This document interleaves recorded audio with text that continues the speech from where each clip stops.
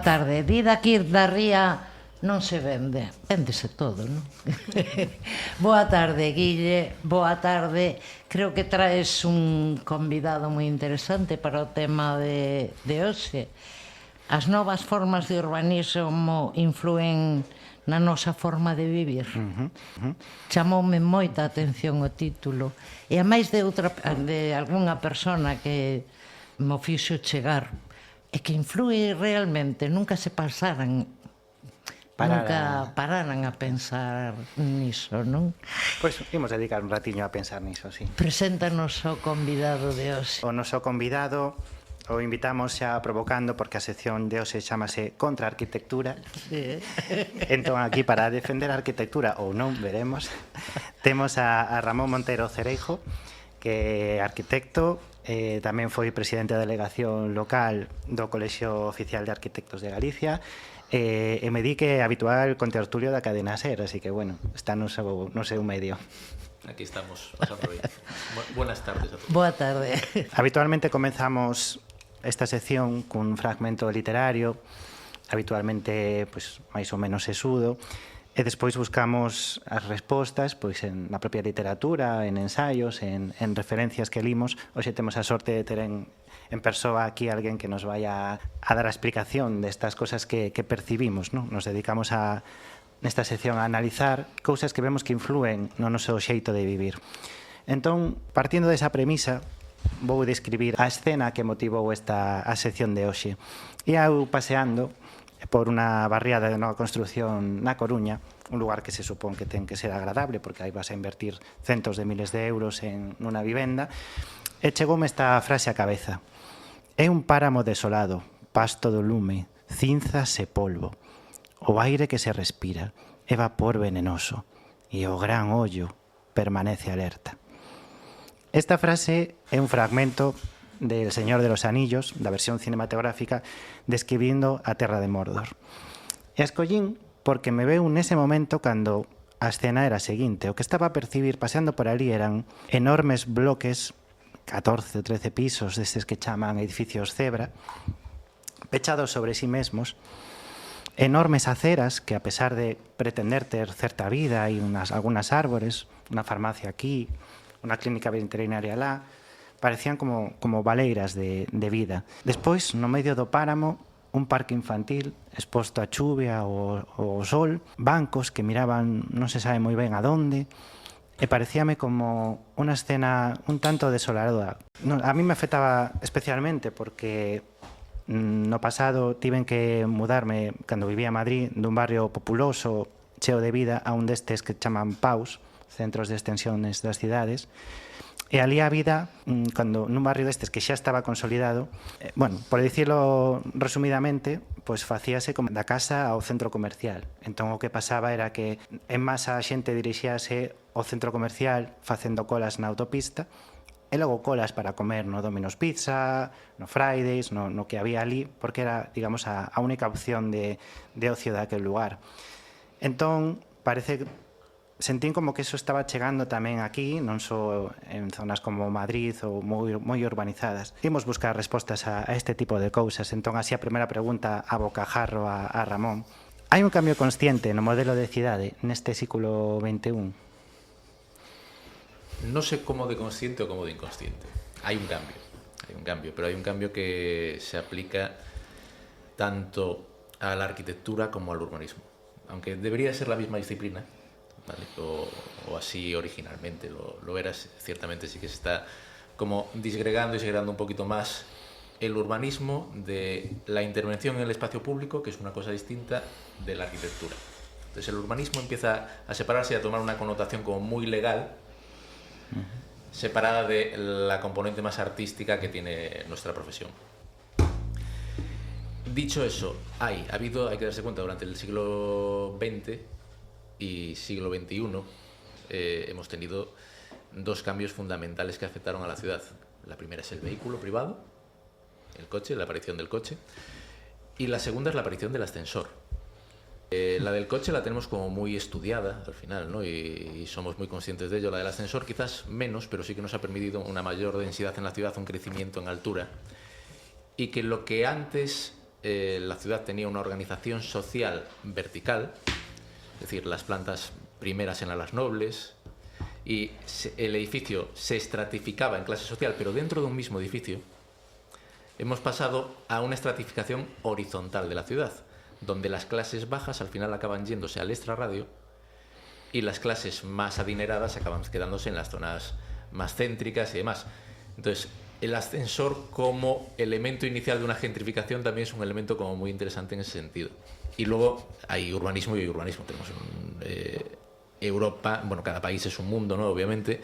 Y luego tienes el ejemplo de Estados Unidos, donde ya es una mentalidad absoluta del vehículo privado para absolutamente todo. Nosotros aún conservamos dentro de Europa un poco ese concepto de... que yo creo que seguramente lo toquemos después, de esa ciudad de 15 minutos o de estas cosas que son términos que están tan en boga, pero que no deja de ser lo de antes, que es decir, una ciudad era un lugar donde se vivía, donde se trabajaba, donde se comerciaba, donde te relacionabas en la calle, donde te sentabas en ese banco perfectamente colocado al sur, apoyado en esa pared, a aprovechar el solcillo de la tarde. Eso es lo que genera un espacio público. Ahora mismo lo que se está haciendo para mí no es ni arquitectura ni probablemente urbanismo. Ni arquitectura ni urbanismo. Efectivamente, esos conceptos de ciudad de 15 minutos, bueno, a mí veume a cabeza tamén que sí que hubo propostas incluso no pasado, non? De modelos de cidade habitables, pues, exemplo de Cidade Jardín en Madrid ou sitios así que se diseñaban xa con este propósito. Entón, parece que haber unha contradición entre estes conceptos de habitabilidade e a reivindicación do uso polas persoas da cidade, e ao final parece que quedanse en propostas de peatonalización ou cousas que non teñen realmente profundidade. Entón, quizás xa unha desconexión entre o pensamento, o nivel teórico e a execución. O sea, aí onde está a barreira, en que non hai capacidade real de influir nas políticas, ou que en toma de decisión está moi alonxada pois da opinión experta dos colexios de arquitectos, de persoas expertas neste tipo de tema, ou por que non percibimos que cando se construe se estean reflejando este tipo de conceptos? A ver, yo creo que tenemos una cosa, hay ejemplos muy buenos. Es decir, aquí me toca romper la lanza por lo local, vamos a decirlo así, hablando de Galicia. Yo creo que ahora mismo Galicia es la zona de España y probablemente de Europa donde se está haciendo una mejor arquitectura. Y con esto me refiero principalmente a edificación y a urbanización de espacio público.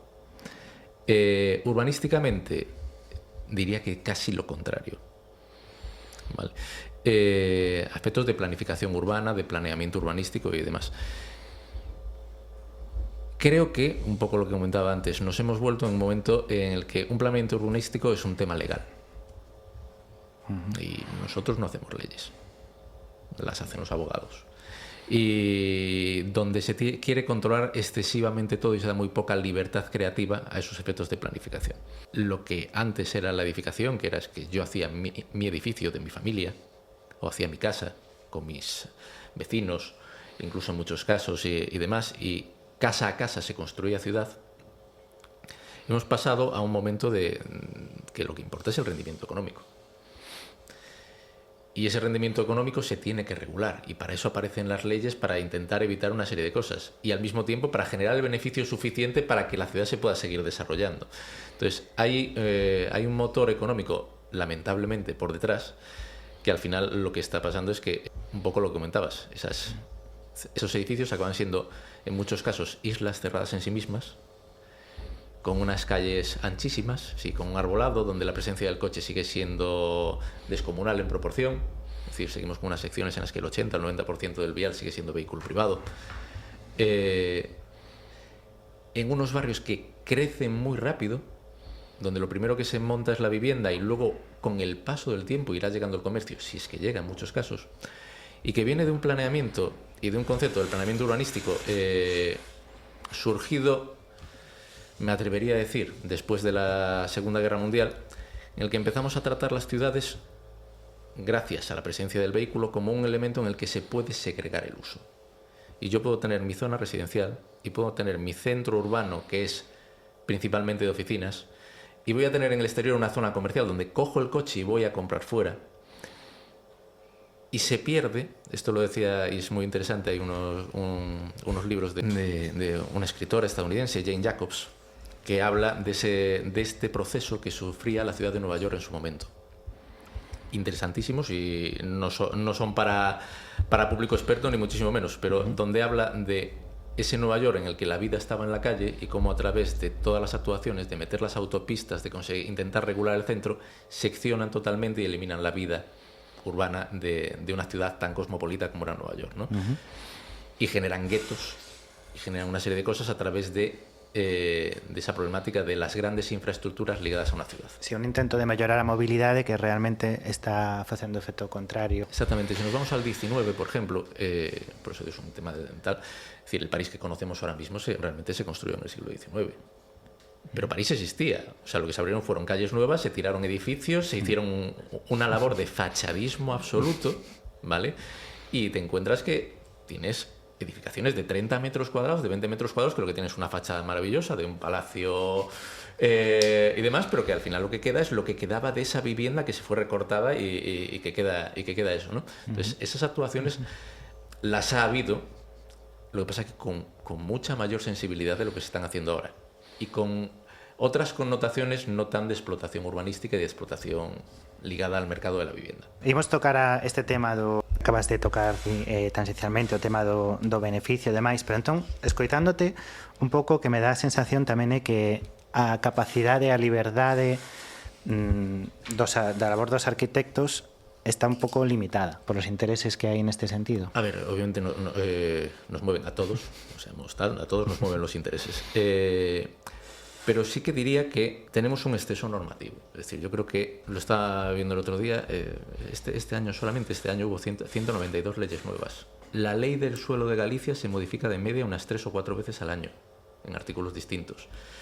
Los planeamientos normalmente no se tocan tanto, los planeamientos municipales son unos elementos como mucho más estáticos, pero que van ligados a eso, simplemente a una búsqueda lamentablemente, en muchos casos, a la búsqueda de un rendimiento económico y de conseguir la mayor rentabilidad del suelo, y todos los vecinos nos quejamos. Si yo tenía un suelo que era urbanizable y ahora me lo pasas a rústico, oye, voy a hablar con el alcalde, ¿vale?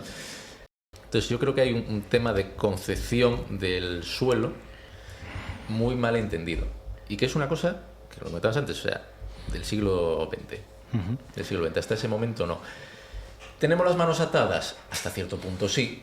O sea, sigues teniendo la libertad creativa, ¿vale? Pero es cierto que tu libertad se somete en cierto grado al promotor. Es decir, el promotor es el que dice el presupuesto que hay, hasta dónde quiere llegar, cuál es el público al que tienes que ir, y tú tienes que intentar con esas limitaciones hacer lo mejor que puedes. Lamentablemente, no todos en esta profesión pensamos en que con cada edificio haces ciudad. Es un concepto que lo tengo muy metido en la cabeza, ¿vale? Y que una ciudad es la suma del trabajo que hacemos conjuntamente entre todos, pero hay mucha gente que no lo plantea así. A raíz de esto, pensaba nunha frase que é de Bertrand Russell, que di: a fealdade é o precio que pagamos polo obxectivo do beneficio privado. Entón, como pequena anécdota, creo que era en Lisboa, un día paseaba por ali e mirei así para arriba e me fixei que a parte de abaixo dos balcóns dunha rúa tiña unhas baldosas fermosísimas con a única función de facer bonita a rúa.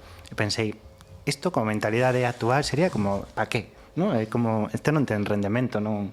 Xa non contratas máis ese arquitecto. Este arquitecto que gasto máis inútil para facer fermosa a rúa, que, vamos, tirando dese fío, cando visitamos unha cidade pues, como Lisboa, buscamos normalmente a diferencia, ¿no? o que fai particular esa cidade, pois no caso de Ferrol, as galerías blancas, as casas de Ucha, é o que nos gusta visitar, non? E unha queixa que eu creo que está no común da sociedade é que as cidades cada vez se parecen máis unas a outras, perden a súa identidade, as visitamos, pero como que os centros se saturan, quizáis porque son os únicos sitios das cidades que conservan certa identidade, aínda que a perden a pasos axigantados. Entón, dicías antes algo aí do que quero volver sobre iso, de que se estaba construindo ben en Galicia, logo nos profundizas por aí, porque a ver donde quero visitar eses sitios, pero bueno, é posible pensar nunha reversión desta tendencia de que se poidan facer construcións, digamos, que pasen a posteridade, que sean dignas de visitar? Creo que estamos en ello. Lo que pasa es que como todas las cosas ligadas a la arquitectura son procesos muy lentos. Y quitar vicios es mucho más lento todavía. Iría un poco a decir un tema. O sea, volvemos a Segunda Guerra Mundial. Europa se destruye. En nuestro caso, incluso España se destruye 4 años antes, ¿no? Surge ese conocido como el movimiento moderno, el movimiento internacional, que lo que plantea es: tenemos que reconstruir rápido, tenemos una industria muy potente, y entonces entra el proceso de industrialización dentro de la edificación, bajo el criterio de que yo puedo construir igual en todas las partes del mundo, ¿vale? Y es lo mismo hacer un rascacielos en Berlín que en Nueva York, y es lo mismo hacer una intervención en el centro de París que construir en Moratalaz de la Cierva, ¿vale? Entonces, claro, eso acaba cayendo por su propio peso. Y hay una serie de movimientos como muy críticos a todo esto. Al final, la arquitectura y todos estos elementos es un movimiento, el arte es un movimiento es acción y reacción. Genera una cosa, agoto ese movimiento, surge un movimiento crítico que plantea totalmente lo opuesto. En este caso tuvimos el posmodernismo.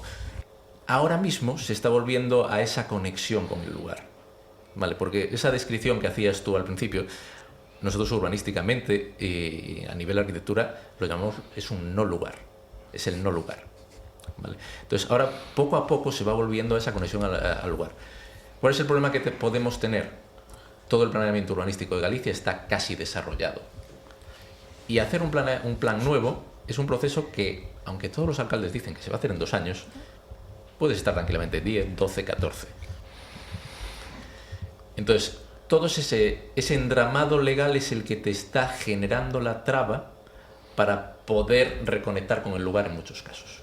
Las buenas obras de arquitectura y trabajo maravilloso de compañeras como puede ser María Fandiño, que ha sido ganadora de la Bienal de Arquitectura, de los premios FAD, ha arrasado, por ejemplo, con intervenciones como la Explanada del Horizonte, que tiene estas cosas que son regeneraciones de espacios, pero en general, Fuertes Penedo, Ansé de Quintáns, podría decir que hay una generación de arquitectos entre los 35 y los 45, 50 años en Galicia ahora mismo, que soy capaz de decirte eso, que están haciendo probablemente la mejor arquitectura de Europa, desde mi punto de vista, y entre otras cosas por eso, por la reconexión con lo que tenemos. Podo facer unha intervención mínima? Todas as vidas. Non, é que me parecía super... Eu non lle dixera a Guille que non ia falar, pero me parece moi interesante o que acabas de plantexar. Eu non son unha experta, aínda que me interesa moito o tema. O feito de que a arquitectura contemporánea, me refiro á arquitectura de agora, non ten por que copiar os modelos de pasado. Entón, esa reinterpretación que estás falando ti, porque ás veces incluso en sitios pequenos a tendencia de a xente é que me venden aquí esta cousa que non ven a conto, habería que facer galerías de PVC, me dá igual. Entón me parece super interesante esa reivindicación que fas ti de que se fagan cousas contemporáneas pero reinterpretando o propio de cada lugar. É dicir, que xusto o contrario dos non lugares. Eu estaba pensando, eu non sei tanto como xa podes supoñer, pero estaba pensando, por exemplo, en algún edificio en Portugal, o que máis coñezo, de Soutomoura, que en cada sitio busca aquí. Entón, iso me parece unha idea interesantísima que acabas de plantexar, e me gustaría que a xente que nos escoita, eso, o que estás defendendo ti, o contrario os non lugares, pero non facendo neopacismo, para entendernos. Exactamente. Por ejemplo, la arquitectura que estabas comentando tú, Portugal es un ejemplo maravilloso, pero también es un ejemplo maravilloso por la propia mentalidad de la gente, ¿vale? Es decir, tú en Portugal te encuentras al señor que sale y barre la calle, ¿vale? Y tienen un concepto de que su propiedad es suya, pero es de todos, ¿vale? Y si yo tengo mi casa bien, ayuda a la ciudad y ayuda al barrio y todos nos vemos mejor.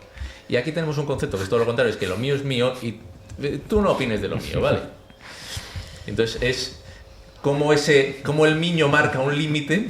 Sí, en ese caso en ese cambio de mentalidad que por eso digo, yo creo que poco a poco va cambiando. Y Y ya no es tanto pues esa reinterpretación, es decir, obviamente no podemos hacer, es muy triste, pero no podemos hacer lo que se hacía antes porque no tenemos la mano de obra que había antes. Y porque no habría quien fuese capaz de pagarlo a día de hoy. ¿Vale? Porque toda esa labor de artesanía, cuando la mano de obra no valía nada y las condiciones laborales eran las que eran, se podía hacer. Hoy por hoy te planteas hacer un edificio simplemente como los que tenemos aquí en nuestro centro histórico y en vez de salir de la construcción a 2.000 euros metro cuadrado, te vas a ir a 5.000 y no lo vas a poder vender. Vale, volvemos un poco también al tema del rendimiento, ¿no? Sí. Pero claro, ese edificio dura 200 años y los edificios que tenemos ahora, vamos a ver, 50, 60, 70 ya me parece un logro para alguno que otro. ¿Vale? Y es más, hay muchos que a los 10 años ya están con miles de problemas, ¿no? Entonces, sí que creo que esa reconexión es necesaria y se está trabajando en ello. Por eso digo, hay una generación muy buena ahora, muy buena, que van encaminados en esa dirección y que están generando ese movimiento. He de decirlo, aquí mismo, en Ferrol. Para mí, Ferrol es probablemente la ciudad de Galicia donde mejor se rehabilita, donde se es más respetuoso, y está incluido con Santiago, donde se es mucho más respetuoso con las técnicas y con los materiales originales y demás. Todo esto, reconocimiento absoluto a Iñaki y a Ana de la Oficina de Rehabilitación, que desde el año 2000, creo, más o menos, que llevan por aquí, 2000 y pico, han llevado una labor didáctica hacia todos los técnicos de la ciudad que nos han ido encaminando en la dirección correcta. Sí, la verdad é que sí, algo que se percibe. Vou dicir unha pequena anécdota. Eu vivín en Madrid, como acabo de contar. Cando volvín a Ferrol, fixen un blog que se chamaba Ferrol ou Sarajevo. O xogo do blog era poñer unha foto nunas ruínas e había que adivinar se era Ferrol ou era Sarajevo. Hoxe xa estamos lonxe de parecer Sarajevo, a verdade é que sí que hai que recoñecelo.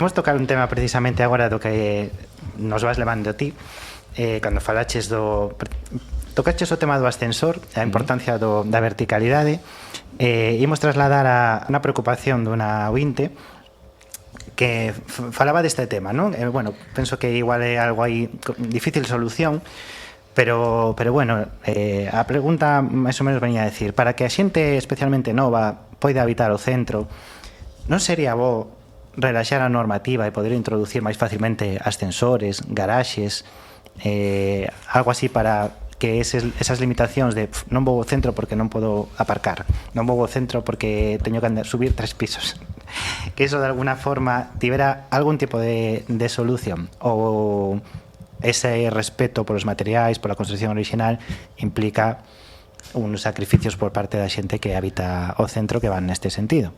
Vamos a irnos a un 50-50. Si quieres que tu edificio tenga alma, debes de sacrificar algo. Vale. Que es un poco... Pero sí que es cierto que, por ejemplo, en general, no hay mucho problema en colocar un ascensor en el centro. Vale. Se puede hacer. Otra cosa es que quieras colocar el ascensor donde tú quieres colocarlo. Cargándote una escalera maravillosa, un portal que está catalogado y un elemento maravilloso. No, mira, o sea, sacrifica, tienes un piso de 100 metros cuadrados, sacrificas 3 metros cuadrados de una habitación italiana que tienes y lo colocas ahí. ¿Vale? Entonces, se puede hacer. Es decir, no sé cuántos proyectos habremos hecho en el estudio ya integrando ascensores en el centro, pero ya van unos cuantos. Pero en general no es la cosa más difícil de hacer. Los garajes.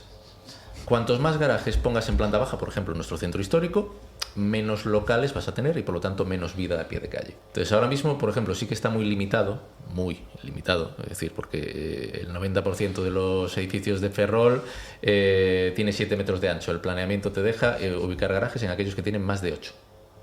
Vale, con lo cual, en principio lo tienes muy complicado. El criterio que se está tomando también de parte de la administración es que si hubo un garaje previamente, se está permitiendo en una serie de circunstancias. Yo creo que ahí sí que podríamos jugar un poquito, ¿vale? Y hay soluciones maravillosas, y vas por Holanda y hay una integración impresionante de los garajes dentro de las edificaciones,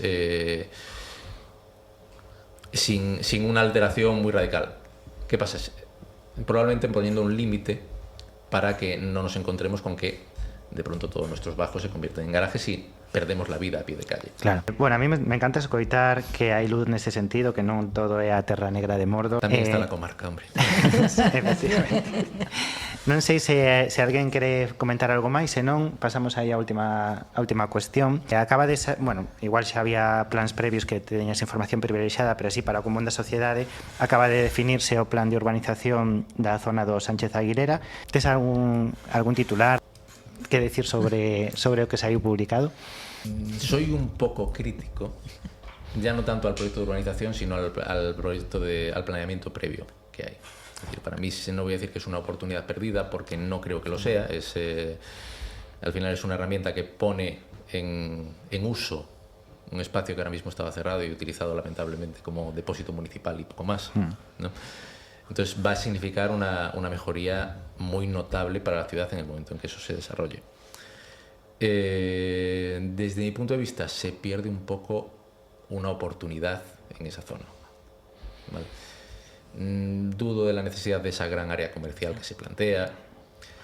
El tema de creación de vivienda nueva, ahí sí que, por ejemplo, hay criterios muy distintos entre compañeros. Yo creo que sí que es necesario. Es decir, no podemos vivir solamente de la rehabilitación, aunque tengamos mucho pendiente de rehabilitar.